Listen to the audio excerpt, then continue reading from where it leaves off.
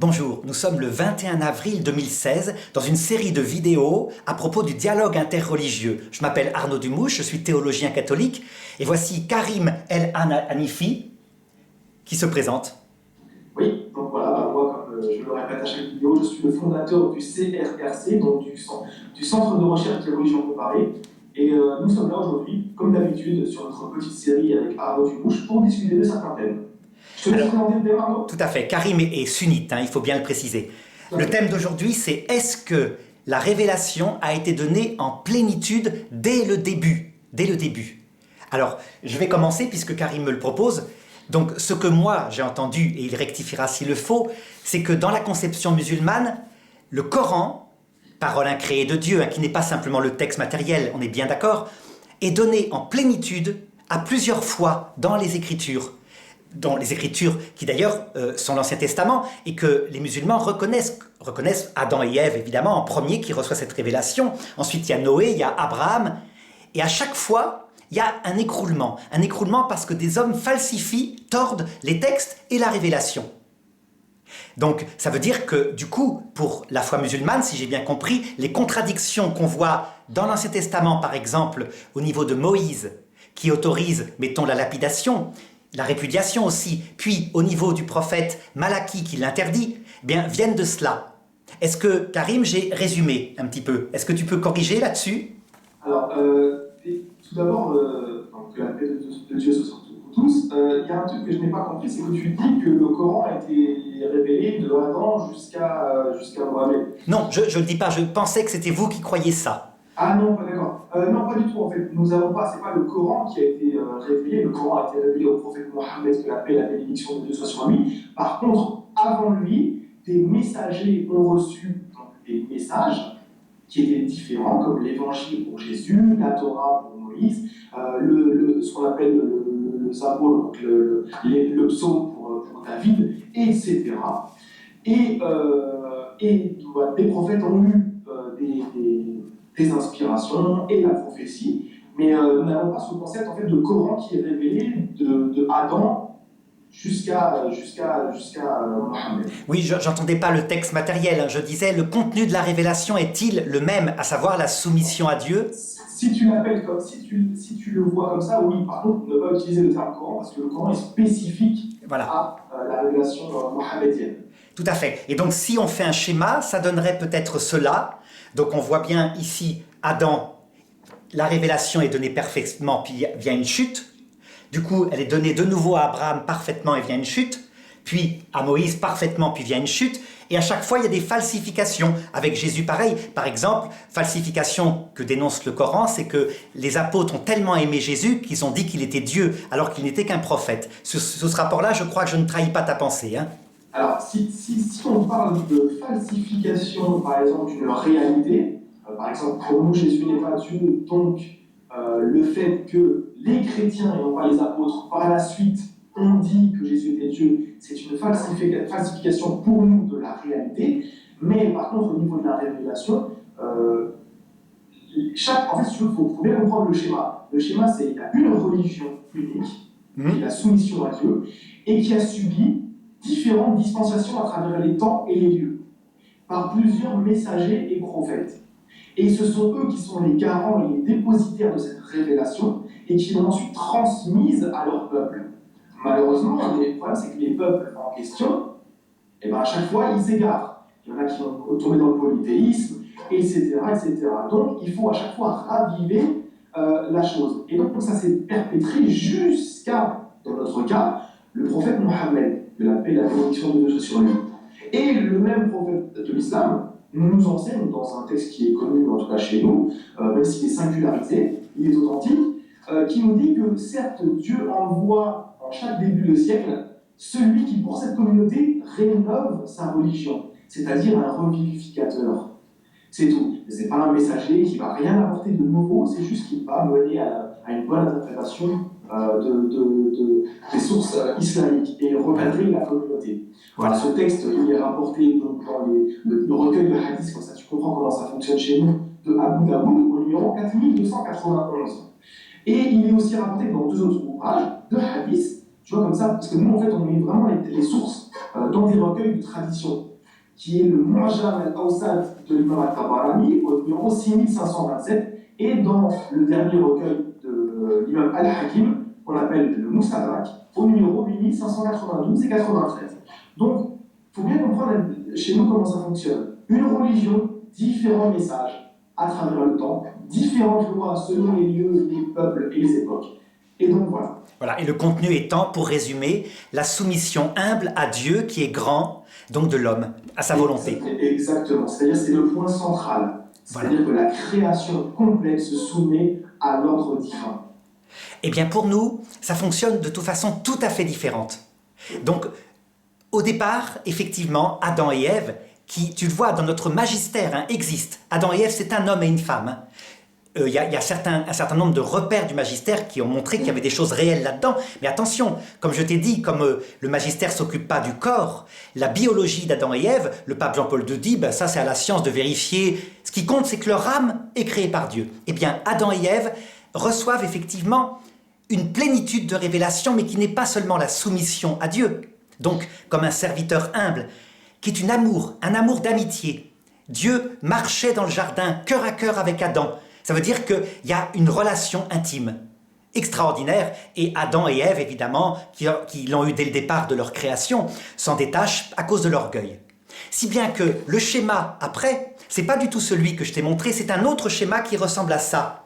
Adam et Ève ici, et une chute terrible avec l'humanité qui tombe dans des péchés graves, et puis peu à peu, au cours de l'histoire, jusqu'à ce que Jésus, Dieu lui-même, fait homme, vienne redonner la plénitude de la révélation, avec quelque chose de plus que ce qu'avec Adam et Ève, mais ça je le dirai tout à l'heure, ça va être peu à peu un progrès. Ça veut dire, très concrètement, regarde, si je prends Abraham, il ne reçoit pas la révélation que Dieu est l'unique.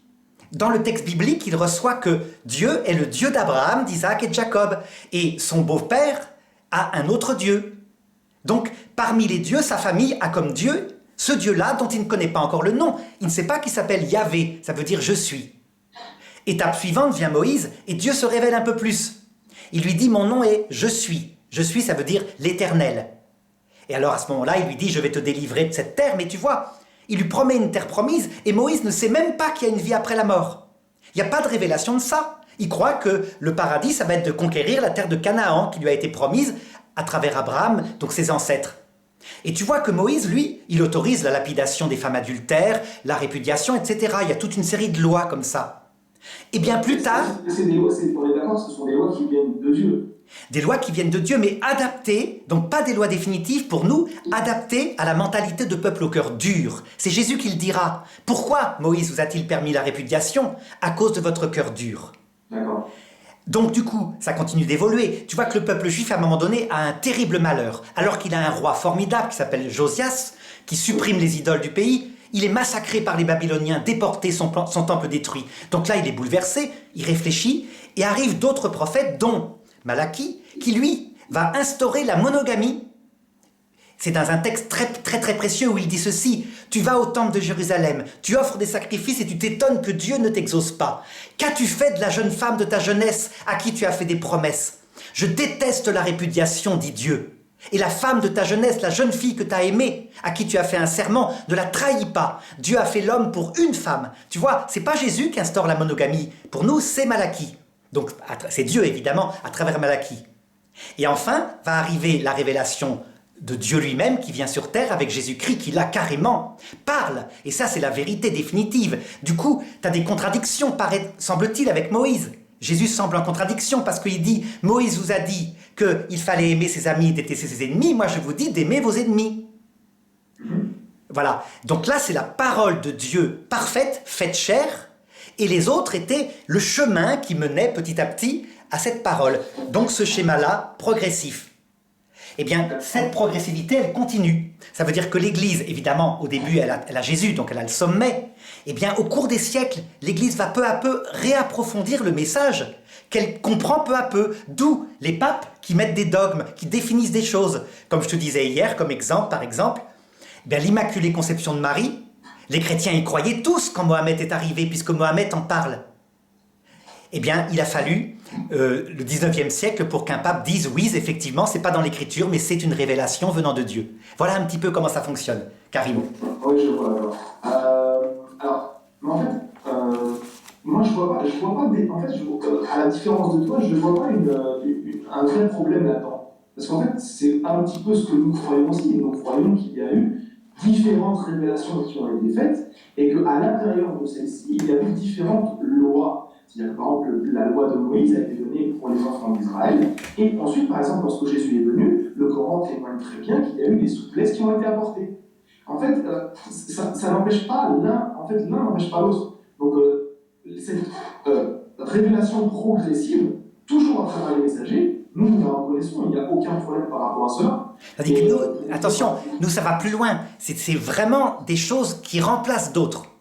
D'où l'apparente contradiction. Tu vois, on ne peut plus lapider les femmes adultères. Jésus dit, celui qui la lapide, c'est celui qui n'a jamais péché. Lui, il aurait pu. On ne peut plus le faire. Et donc, manifestement, il y a quelque chose qui remplace la loi de Moïse, qui était très sévère, mais il fallait 2 témoins, etc. D'accord. Bon, outre, comme tu dois peut-être le savoir, c'est qu'il y a un petit problème sur ce passage de la femme adultère au niveau de la textuelle.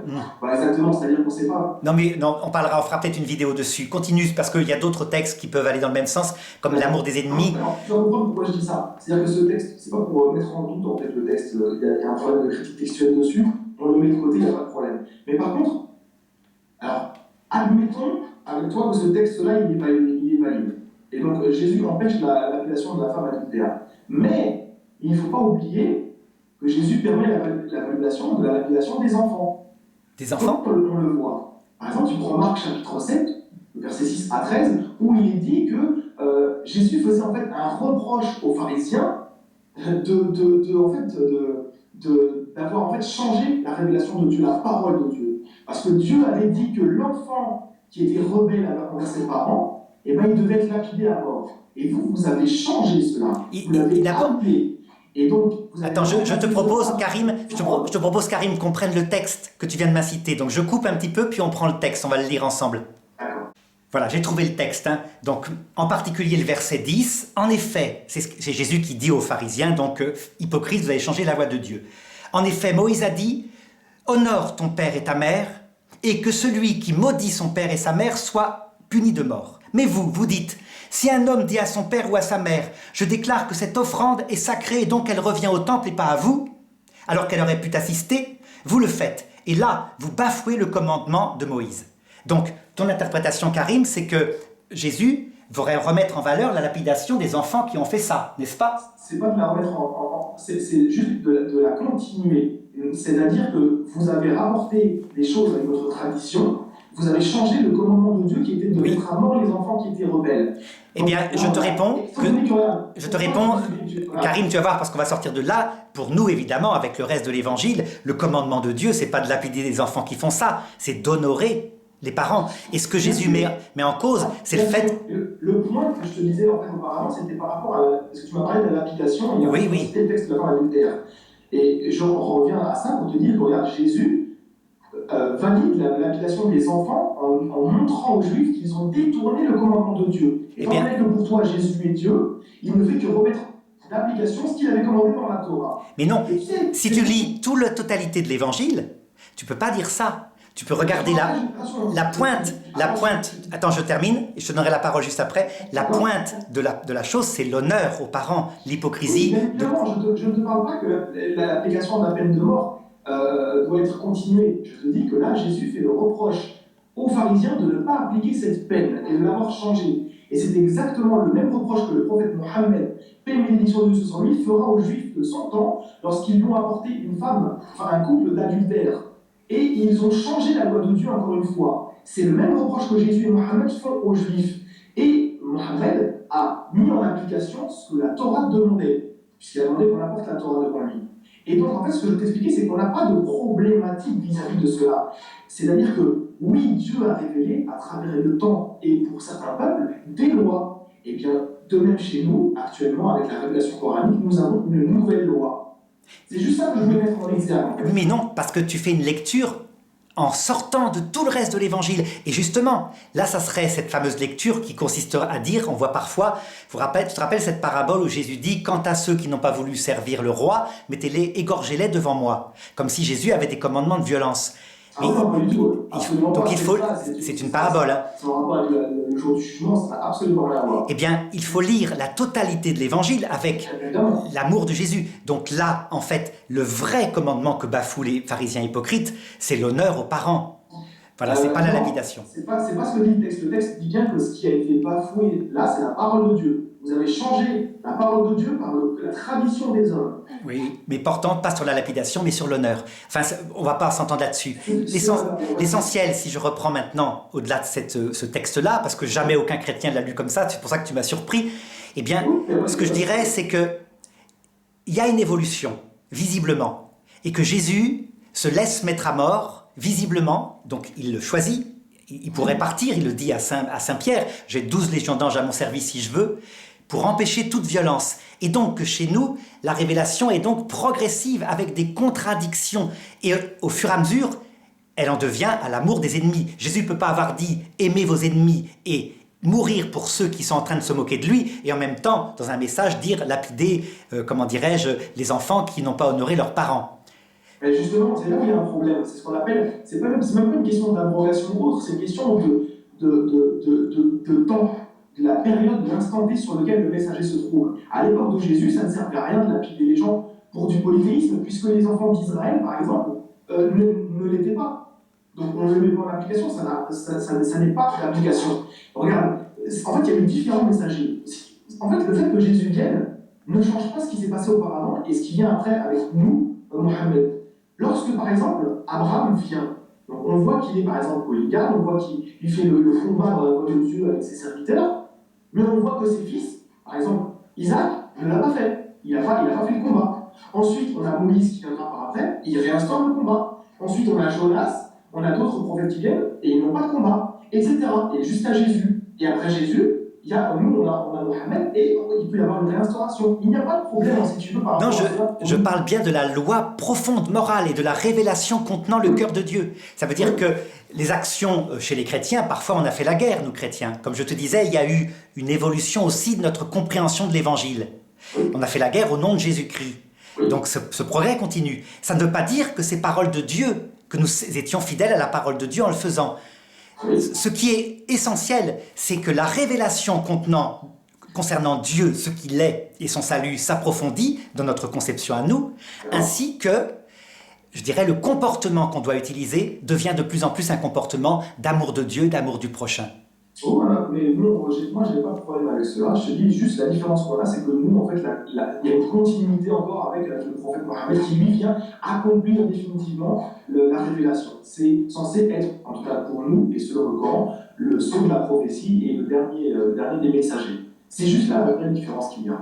Alors évidemment, nous pensons autrement. En regardant donc la réinstauration de la répudiation, de la polygamie, de la lapidation, nous pensons qu'il y a eu régression. C'est évidemment notre foi.